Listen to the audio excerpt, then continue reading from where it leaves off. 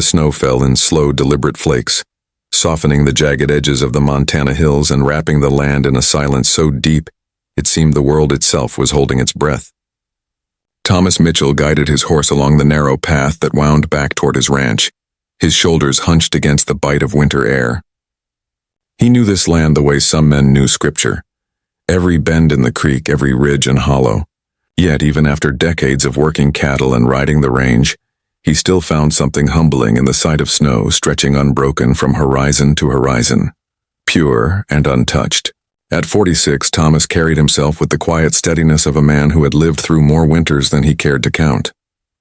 His hair, once the color of chestnuts, bore streaks of silver now, and his face was marked by wind and sun in the way only years of hard labor could etch a man. His wife, Mary, had been gone 5 years, taken by a fever that no doctor in 3 counties could cure. Since then, Thomas had buried his grief in the rhythm of ranch life.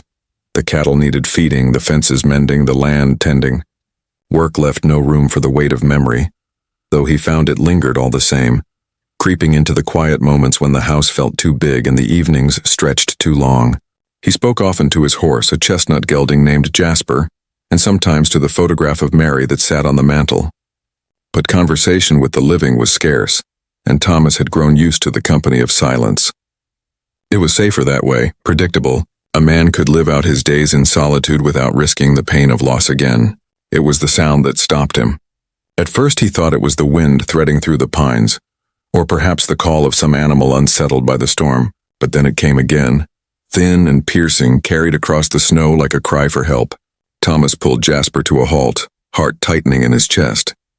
He knew that sound, the cry of a baby, raw and desperate, far too fragile to be out in such weather. Without hesitation, he swung down from the saddle, boots crunching into the snow. The cry came again, joined now by the faint cadence of a woman's voice, trembling but insistent as though trying to soothe.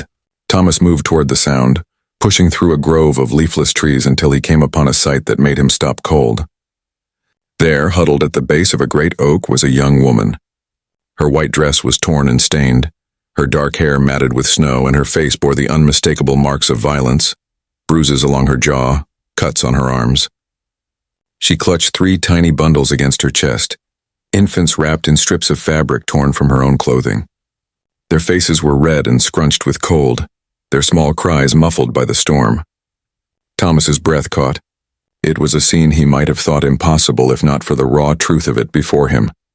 A woman alone in the wilderness with 3 newborns, fighting a losing battle against the cold. He raised his hand slightly, careful not to startle her. "Ma'am," he said, his voice low and steady, the way he spoke to frightened cattle. "Are you hurt? Do you need help?" Her eyes lifted to his, wide with fear and a glimmer of something else, desperate hope. "Please," she whispered, her voice frayed and broken. "Please do not hurt us. We have nowhere else to go." Thomas felt something constrict inside him, a tightening that was part sorrow, part anger at whatever cruelty had driven her here. He took off his hat, holding it against his chest, and spoke with the gentleness of a man who had been taught respect long before he'd ever ridden a horse. "My name is Thomas Mitchell. I own a ranch not far from here. I mean you no harm. What is your name?" "Ruth," she said after a pause, clutching her babies tighter. "Ruth Patterson. These are my daughters." Thomas knelt slowly in the snow, lowering himself to her level, though she still shifted, shielding the infants as though he might take them from her. "Ruth," he said, his voice steady but filled with urgency, "you and your babies will not last the night out here. Let me take you somewhere warm and safe." "I have no money," she said quickly, suspicion mingling with fear. "I am not asking for money," Thomas replied, and the words came from a place deeper than pity. "I am asking you to let me do what any decent man should. You have 3 little lives depending on you, and I will not stand by and watch them suffer." Snow drifted down between them, the world holding still as if waiting for her choice. Ruth's lips trembled, her eyes brimming with tears as she studied him. Thomas held her gaze, letting her see the truth in his expression, the vow unspoken but firm. He would not harm her. He would not abandon her. He would see her safe. And in that frozen silence, Ruth Patterson made the decision that would change both their lives forever. The ranch house loomed against the storm like a sentinel, its roof pitched sharply against the driving snow. Thomas guided Ruth through the door first, carrying two of the infants inside his thick coat while she held the third against her chest. The warmth of the room, its stone hearth already burning from the embers he'd left earlier, was a violent contrast to the bitter cold. Ruth staggered as if the change itself unsettled her, her eyes darting across the shadows of the cabin walls as though expecting to see some figure rising out of the dark. Thomas shut the door firmly, bolting it against the wind and anything else that might try to enter. He set the babies down gently on a pile of blankets near the fire. They were impossibly small, their cries weak but insistent, and for the first time since he'd found them, he allowed himself to truly marvel. 3 tiny girls born into violence and abandonment, still clinging to life with a ferocity that startled him. "Sit," he said quietly, motioning toward the chair by the fire. "You look ready to collapse." Ruth obeyed, lowering herself into the chair like a woman who had forgotten what it meant to be allowed to rest. Her eyes followed his every movement, suspicion battling exhaustion. Thomas set about his work without looking at her, giving her space to breathe. He stoked the fire until the flames licked brightly against the stone, then heated a kettle of water and poured it over herbs Mary had once dried for winter ailments. The familiar ritual steadied him, though he felt Ruth's gaze on him as sharp as any knife. When he brought her the steaming cup, her hand shook as she reached for it. She sniffed it, hesitated, and then, almost defiantly, took a sip. The steam curled around her bruised face, softening its harsh outlines. For a moment she looked like any new mother, worn and weary, but beneath that softness lay a coiled fear ready to spring. "I told you the truth," she said suddenly, her voice low and ragged. "I have nothing to give you, no money, no dowry, nothing if you've brought me here for something else." Her throat tightened around the words. Thomas froze where he stood, then leaned against the mantel, his arms crossed. His eyes, sharp from years of watching cattle and weather, fixed on her with steady fire. "Ma'am," he said, his voice firm enough to carry through the storm rattling the windows, "you and I need to understand each other. I did not bring you here for payment, nor for anything else you fear. I brought you here because leaving you in the snow would have been the act of a coward. And I am not a coward." Ruth's lips parted, but no sound came out. Tears welled in her eyes, though she blinked them away quickly. "You speak kindly now," she whispered. "But men can turn. Men always turn." The word struck him harder than he expected, as though she had spoken a truth carved from bone. He wanted to ask what sort of man could leave a woman bleeding and newborn shivering in the snow, but he did not press. Instead, he crouched beside the fire and adjusted the blanket around the smallest infant.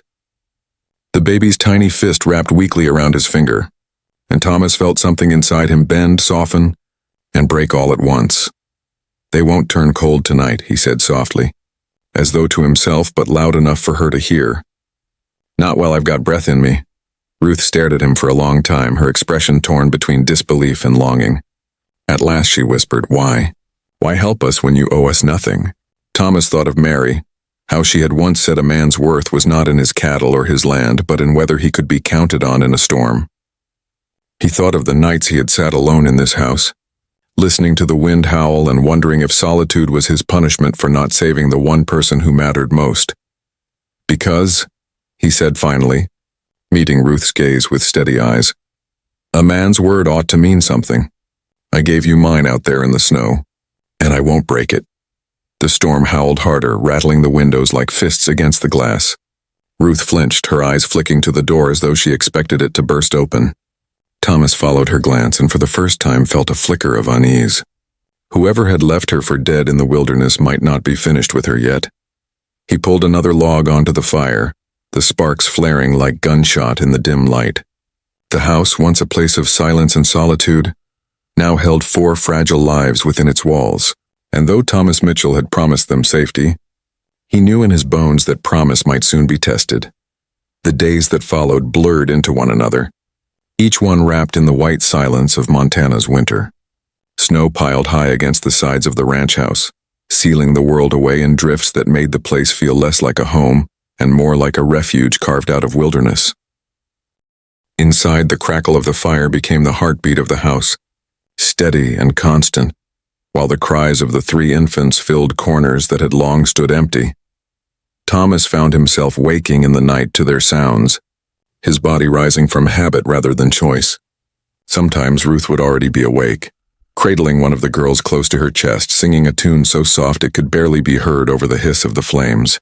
Sometimes she slept through, her exhaustion too heavy to fight, and Thomas would stumble to the cradle himself, lifting one of the tiny bundles with hands more used to roping cattle than holding something so breakable. Yet the babies never seemed to fear him. They curled into his chest as though he'd always been theirs. Ruth watched him carefully in those moments. Her eyes narrowed, not in judgment, but in calculation. She was still weighing him, still testing the edges of his kindness to see if it would fracture the way she had seen so many men's kindness do. And though Thomas said little, he felt the weight of her gaze, knew that every movement of his hands, every word he spoke, was being measured against the cruelty she had endured. One evening, as the snow drifted thick outside and the fire burned low, Thomas sat across from her, the quiet stretching long. He studied the bruises fading on her face, the way she leaned her body protectively toward the cradle where the triplets slept. Finally he asked, "Ruth, what happened to you out there? How did you come to be in those woods with 3 babes fresh in the world?" Her jaw tightened. For a long while she said nothing, and he thought she might refuse him outright. But then her voice came low, halting like someone forcing words out from a wound still bleeding. "My husband," she began, each syllable sharp. When he saw all 3 were girls, he flew into a rage. Said I'd failed him, said I'd shamed his name. He threw me out of the house, me and my babies still wet with birth.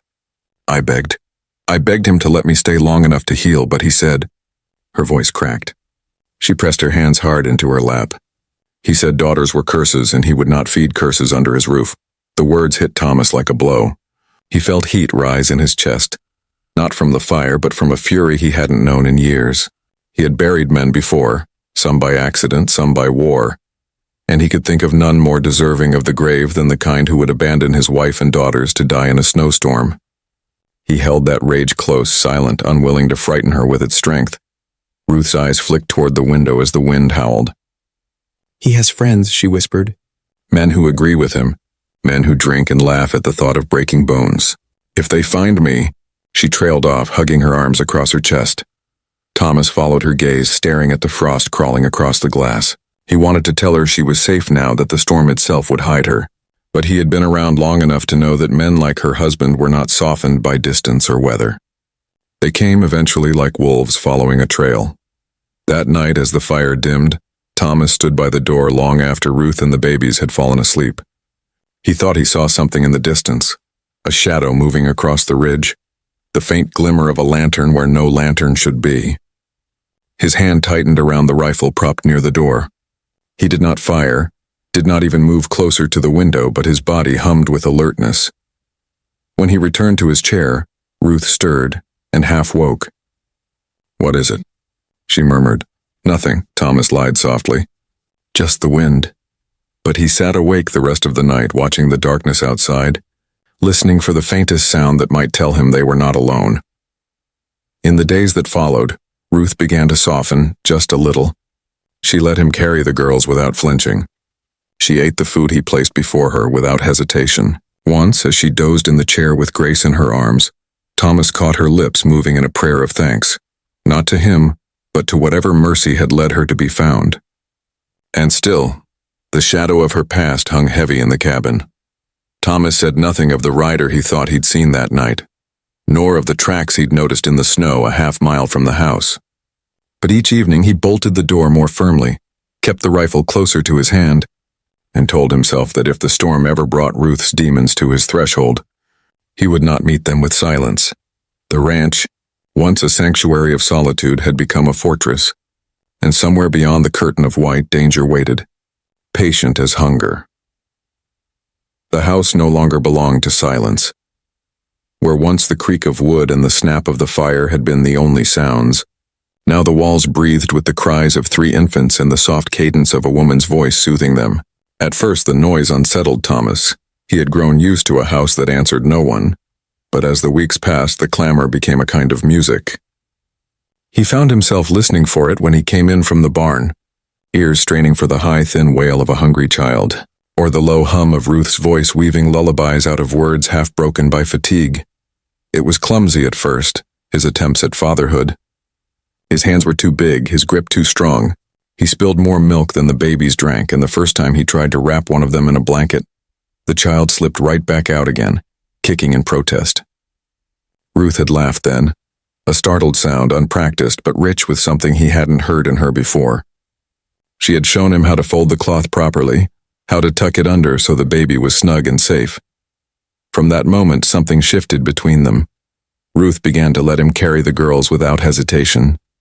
She began to eat the meals he cooked without watching his hands too closely for signs of trickery. Once, when exhaustion pinned her too heavily to rise, she let him pace the room with all 3 babies, one balanced in the crook of his arm, one against his chest, and one in the sling she fashioned from her torn dress. The sight of the lonely rancher carrying a whole household of children would have made the town laugh in wonder. But inside that house it felt like a prayer answered in flesh. Still, shadows lingered. The storm had broken one morning in late January, the clouds rolling back to reveal a sky so sharp and blue it looked brittle. Thomas saddled Jasper and rode out across the range to check the cattle. The snow gleamed under the sun, unmarred but for a single trail of tracks cutting across the ridge. They were not his, not the cattle's either. Boot prints, half buried, running along the tree line as though someone had been watching the ranch from a distance. He followed them until they vanished into the thicker woods. But he found no man, no campfire, no discarded sign. When he returned home, his jaw was set tighter than iron. That night, Ruth noticed the way he kept his rifle closer. "You saw something," she said quietly, her eyes searching his face. "Tracks," he admitted. "Could have been hunters. Could have been nothing. But you don't believe that," she pressed. Thomas hesitated, then shook his head. "No, I don't." Fear flickered across her face, quick and sharp. She drew the babies closer around her, as though the mere thought of pursuit could chill their skin. For the first time since arriving, she looked as though she might ask him to send her away, to spare him the danger she feared she had brought into his home. But Thomas saw it and stopped her with a single steady look. "You're here now," he said firmly, "and here you'll stay. Whoever he sends, whatever comes, they'll find me waiting at the door." Ruth stared at him, her lips trembling, and then, for the first time since he'd met her, she reached across the space between them and placed her hand over his. Her fingers were thin, roughened, but the gesture was strong. No words passed, but something in her eyes told him she believed him, if only just enough to let her shoulders ease. Peace returned, at least on the surface. The girls grew stronger, their cries more insistent, their eyes brighter each day. Thomas began to know them not just as a group, but as individuals. Hope with her stubborn fists that always found his beard, Faith with her quiet gaze that lingered on faces longer than the others, and Grace with her wild, hungry squalls that filled the room until everyone laughed in surrender. They were not curses, not burdens. They were fire and breath and proof that life clung hardest where it was least expected. Yet outside, the land held its own secrets. One morning, while chopping wood near the barn, Thomas noticed the faint curl of smoke on the far horizon. Too faint for a homestead, too lonely for a ranch, someone had built a fire out there. Watching. Waiting. That night, when the girls had finally fallen asleep and Ruth's head drooped against the chair by the hearth, Thomas stepped outside. The air was knife-sharp, cutting through his coat, but he stood still, scanning the darkness. The prairie stretched silent, endless, the stars like ice chips scattered across the sky. And yet he could not shake the certainty that eyes were on him. He whispered into the cold, not to the land, not even to God, but to the shadow he felt pressing in. "If you come for them," he said, voice low and hard, "you'll leave this ground in the earth, not on it." When he returned inside, Ruth stirred and asked drowsily if the night was quiet. Thomas did not answer her truthfully. Instead, he bent down, tucked the blankets tighter around Hope, Faith, and Grace, and said, "Quiet enough." But in his heart, he knew the storm outside had only shifted form. It was no longer snow. It was men. The fire burned low, throwing long shadows across the cabin walls, shadows that seemed alive with the movements of the 3 sleeping infants in their cradle. Hope's tiny fists twitched in dreams. Faith's mouth opened in a silent yawn, and Grace let out a short, sharp cry before nestling back into slumber. Ruth sat near them, her face softened by the glow, the bruises that once marred her skin now fading to faint reminders of a life she no longer spoke of. Thomas watched her from his chair, a quiet ache tugging at him. He had grown accustomed to her presence, the way she moved about the house with gentle efficiency, the way her voice wrapped itself around the children like a shawl, the way she sometimes smiled without knowing she was doing it. It was a small thing, that smile, but to Thomas it felt like the sun breaking over a long winter.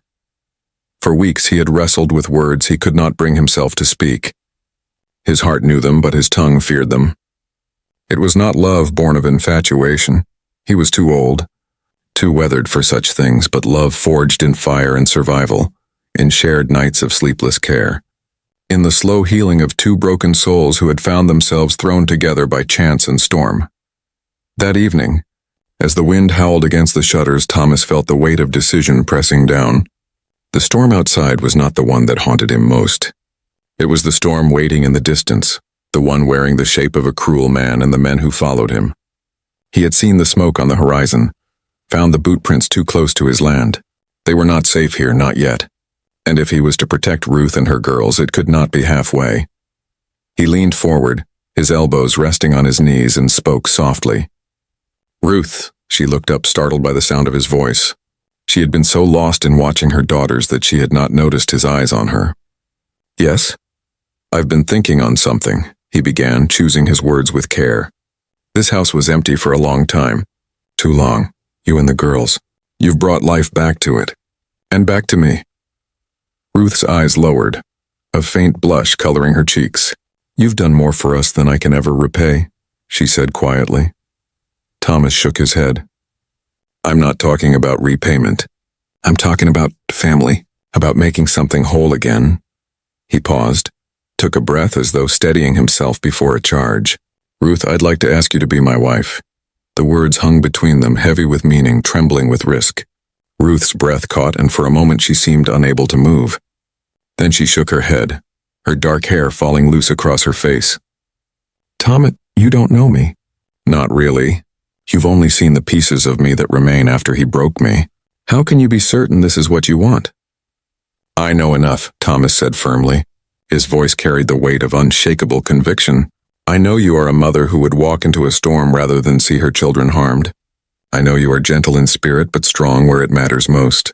I know that in the weeks you've been here I've remembered what it feels like to come home and not find the house hollow. That's enough for me." Ruth's hands trembled where they lay in her lap. Tears shimmered in her eyes, but fear sharpened her voice. "And if he comes back? If he finds us? You don't know the kind of man he is. He'll never stop. He'll never forgive." Before Thomas could answer, a sharp knock rattled the door. Both of them froze. The knock came again, louder this time, followed by silence. Thomas rose, rifle already in hand, his steps quiet as he approached the door. He flung it open, only to find no man standing there. Only the wind whipping snow across the porch. But nailed into the wood at eye level was a strip of leather, cut rough, marked with a single crude X. A warning. He pulled it free, his jaw clenched, his chest burning with rage he kept carefully hidden. He closed the door, bolted it, and turned back toward Ruth, who was pale as milk, her arms wrapped around her own body as though bracing for a blow. "It's him," she whispered. "He knows where I am." Thomas laid the strip of leather on the table, then crossed the room to kneel before her. He took her hands in his, steady and strong, anchoring her against the tide of fear. "Then let him come," he said, his voice low but filled with steel. "Let him come and find that you are no longer alone. You are under my roof, under my name. If you'll have me, Ruth, those girls will never want for a father, and you will never again be cast out into the snow." The firelight flickered in her eyes as she stared at him, torn between terror and hope. For a long moment she said nothing, and the silence roared louder than the storm outside. Then slowly her lips parted. "Yes," she breathed, the word trembling but true. "I will be your wife." Thomas closed his eyes for a moment, as though the weight of that vow struck him deeper than he'd expected. When he opened them again, he squeezed her hands tighter. Then it settled. "From this night forward, no man will tear you or those girls from this home. Not while I draw breath." Outside, the wind howled and snow battered the walls. But inside, before the firelight, a new promise burned brighter than the storm. The horizon darkened, not from snow, but from figures moving like predators across the open prairie. Thomas had been watching the ridge for hours. pacing the cabin with a rifle in his hand and the triplets' soft breaths echoing in his ears. Hope stirred in her blanket, kicking gently, while Faith and Grace slept huddled against Ruth's chest. He could hear her quiet humming, a soft lullaby she had invented to mask the thrum of her own fear. "Thomas," Ruth whispered, eyes wide and pale, staring out the frost-laced window. "They're coming closer, I can see them." He stepped beside her, scanning the ridge. 3 mounted men had broken through the snowdrifts, riding slowly, deliberately, their faces obscured by scarves and hats. The tallest of the 3 carried a rifle across his lap. And though the wind gusted and whipped the prairie, Thomas knew the tallest one instantly, her husband. The man who had cast Ruth and her daughters into the wilderness, who had laughed at her suffering and marked his cruelty as law. Ruth gasped, clutching the girls tighter, her body shaking. I thought I'd left him behind. I thought he would never." Her voice trailed into a tremor, raw and hopeless. Thomas felt something inside him snap, the quiet fury of a man who had been patient, who had endured loneliness and winter, now ignited like gunpowder. "No," he said, voice low and dangerous. "You left him behind, Ruth. He'll find nothing here but steel and fire." He moved quickly but deliberately, checking the doors and windows, bolting them tight. He stacked the chairs and tables near the hearth in a defensive arc, creating obstacles for any intruder who might break in. Outside, the hoofbeats grew louder. They were close enough now that he could see the glint of the men's eyes, cold and calculating, scanning the cabin as though expecting it to surrender before it even resisted. Ruth knelt beside the girls, covering them with her arms as if her body alone could shield them. "Thomas," she whispered, "what if they break in? What if he—" Her voice failed, choked by terror. "Then we fight," Thomas said, his jaw tight, his hand resting on the rifle. "I've kept you alive this long, Ruth. I will not fail you now. Not one step beyond that door will they take without answering for it." The wind shifted suddenly, and with it came a message, a single harsh knock on the cabin door, followed by a deliberate pause, then another. Ruth flinched violently and the girls stirred, crying out. The sound of her husband's voice came then, low, carrying across the snow like ice slicing flesh. "Ruth, come out. I know you're there. Give me my daughters." Thomas's hands tightened on the rifle, the muscles in his forearms coiling like springs. He moved to stand between the door and Ruth, placing himself as the first line of defense. "You will not harm her," he said, his voice carrying the weight of a promise forged in storm and solitude. "Leave now, or I swear on my name you'll regret the day you came here." A laugh, sharp and cruel, cut through the wind. "You think this land protects you? That your little fire keeps me away? You don't know who you're dealing with, old man. I will have what's mine." Thomas stepped closer to the door, raising the rifle slowly but deliberately, not in haste, but with the authority of a man who had lived every day of his life understanding the balance between patience and violence. "You've already lost. The girls are mine now, and so is she. You come any closer and you will find out exactly how much I mean that." For a long moment, silence reigned. The wind whipped harder, snow swirling like living ghosts, masking the ridges and hiding the men's intentions. Then, without warning, the husband's tallest figure lifted a hand, as though issuing a silent threat, and his companions fanned out across the ridge, moving with the precision of men who had done this before. Ruth gasped again, pressing her face against her daughters, and Thomas could see the desperation in her eyes, the same desperation he had seen in the snow that first night, only magnified tenfold by the presence of imminent violence. He crouched low, motioning for her to stay behind him, and whispered, "Stay calm. They may try to scare us, but we are not afraid. Not here, not now." The next moment stretched like hours. The wind roared. Snow clashed against the windows, and outside, hoofbeats circled, testing the perimeter.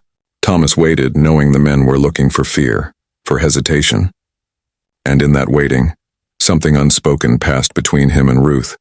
A bond forged in frost, fear, and unwavering resolve. Whatever came through that door, they would meet it together. Then, with a sudden snap, one of the men lifted a rifle and fired into the snowbank near the cabin. The shot struck close enough to shake the earth beneath their feet, sending snow and ice into the air, but not the cabin itself. It was a warning, a promise of what was to come if Thomas did not yield. He didn't flinch.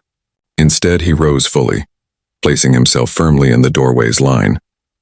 "This is your last chance," he shouted over the wind, his voice carrying like a bell. "Turn back. Leave this place or face what comes of crossing me." For a heartbeat, the world held its breath. Ruth clutched her girls closer, listening to the howl of the storm outside and the pounding of her own heart. And in that frozen, desperate moment, Thomas realized something he had never admitted to anyone. The moment he had first rescued her in the snow had been nothing. This, the defense of this household, this confrontation of cruelty itself, was the moment that would define him, the moment that would determine whether life, love, and hope could survive the darkness at the edge of the prairie. Outside, the wind carried a promise of violence. Inside, the fire burned steadily, a defiance of the storm. And in the cabin's heart, Thomas Mitchell stood, rifle in hand, unwavering, ready to meet the storm on his own terms. The storm had passed, but the tension it left behind hung thick in the air. Thomas stood outside the cabin, rifle slung across his shoulder, eyes scanning the ridges and valleys that stretched into the horizon. The first light of dawn spilled pale over the snow, illuminating hoofprints that stopped abruptly in the distance. A trail abandoned or retreating. Ruth appeared beside him, her breath puffing in clouds, holding hope, faith, and grace close against her chest. "They're gone?" she whispered, her voice trembling with disbelief. Thomas shook his head slowly, scanning the hills one last time. "For now," he said. "But men like him? They never go quietly. They always leave something behind, a message, a threat, a shadow of fear. We've only won the first battle." Ruth looked at him, fear still lingering in her eyes, but a fragile spark of trust and awe beginning to glow. She had watched him face death and cruelty without flinching, and in that she realized that he had become more than a protector. He had become the anchor of their fragile, fragile world. Weeks passed, and the prairie returned to its deceptive calm. The girls grew stronger, their tiny cries replaced by coos, then laughter, then the first uncertain steps that sent them tumbling into each other's arms. Thomas watched them with a strange mixture of awe and disbelief. How had he, a man hardened by loss and solitude, come to love 3 children not his own with a depth that rivaled the devotion he had felt for Mary? Then came the letters. At first, they were anonymous threats left nailed to the fence, leather strips with crude X marks, mocking reminders that their peace was fragile. But one morning, as the girls slept beside the fire and Ruth stitched a patch over a torn blanket, Thomas found a folded envelope tucked under the doormat. He recognized the scrawl instantly. It was him, the husband. Ruth gasped when he handed it to her, trembling as she unfolded the thick parchment. The message was short, sharp, cruel. "You think you've won? I will have what is mine, and no man can stop me. Count the days." Thomas's hands tightened around the paper, his knuckles whitening, but rather than trembling in fear, he felt a calm clarity settle over him. He had faced the storm outside. Now he would face the storm within. That evening, as the fire crackled and the girls slept, Thomas sat across from Ruth, his eyes steady. "We have to finish this," he said softly. "We can't live like shadows waiting for him to strike. We need to confront him." Ruth's face was pale, her lips parted, fear flickering behind the trust she had begun to place in him. "But what if something happens to the girls?" "They won't touch them," Thomas said firmly. "Not while I draw breath. And if he tries..." He trailed off, letting the silence carry the weight of his promise.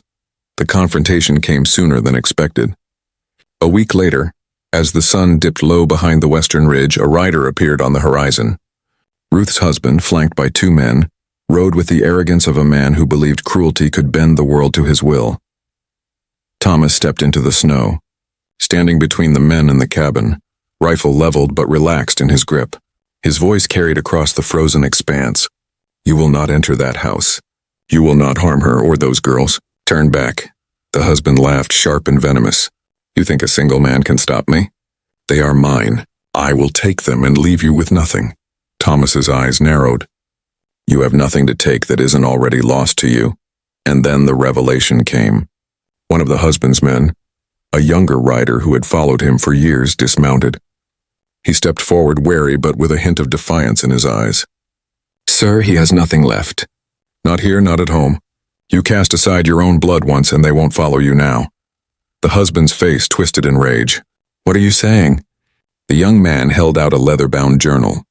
"Your son," he said carefully, "the one you prized above all else, you abandoned him years ago. He left you in disgust. You've built threats from nothing. The only life you thought you owned was already gone. The husband staggered back, disbelief etched into every line of his face. He looked to Thomas, then to Ruth, and finally to the sleeping girls, and in that moment the cruel world he had tried to dominate collapsed in silence. Thomas lowered his rifle, but his presence was unwavering. "This ends now," he said. "You have no power here. Not over her, not over these girls. You have nothing but what you brought upon yourself." The man's remaining men dismounted, their loyalty faltering, and one by one, they turned back toward the ridge, leaving him alone. Ruth's husband stood frozen, the wind biting at his face, until finally he turned and disappeared into the snow, a man defeated by the lives he had tried to destroy. Inside the cabin, Thomas closed the door and bolted it once more. Ruth sank to the floor, cradling hope, faith, and grace, tears streaming freely down her cheeks. "It's over," Thomas whispered, kneeling beside her. "You and the girls are safe, always." Weeks turned to months and the prairie reclaimed its quiet. Thomas and Ruth married in the small church in town, the girls asleep in a basket beside the altar. The community marveled at the family, at how 3 tiny lives had transformed a lonely widower into a man of laughter and love. The final revelation came quietly. Weeks later, as Thomas went through old land deeds and journals of Ruth's husband, among them, he found the truth the man had never known. The boy he had once called his son, the one he cherished and believed would continue his line, had chosen a life far from cruelty and violence, rejecting the father who had valued blood over kindness. Meanwhile, Thomas had inherited 3 daughters who loved him fiercely, who had been unwanted by one man and treasured by another. Ruth held the girls as they played in the snow, sunlight glinting off their dark hair. "Sometimes," she whispered to Thomas, "the worst disasters lead us to the most impossible blessings." Thomas nodded, his hand brushing the back of Grace's neck. "And sometimes," he said softly, "the people you save are the ones who save you back." Hope, faith, and grace ran toward him, arms outstretched, and for the first time in years, Thomas felt the full measure of a family, not chosen by blood but by love, courage, and the fierce decision to protect what truly mattered. And in the quiet Montana winter, the prairie stretched white and endless, a blank page upon which a new life, full of hope, faith, and grace, had finally been written.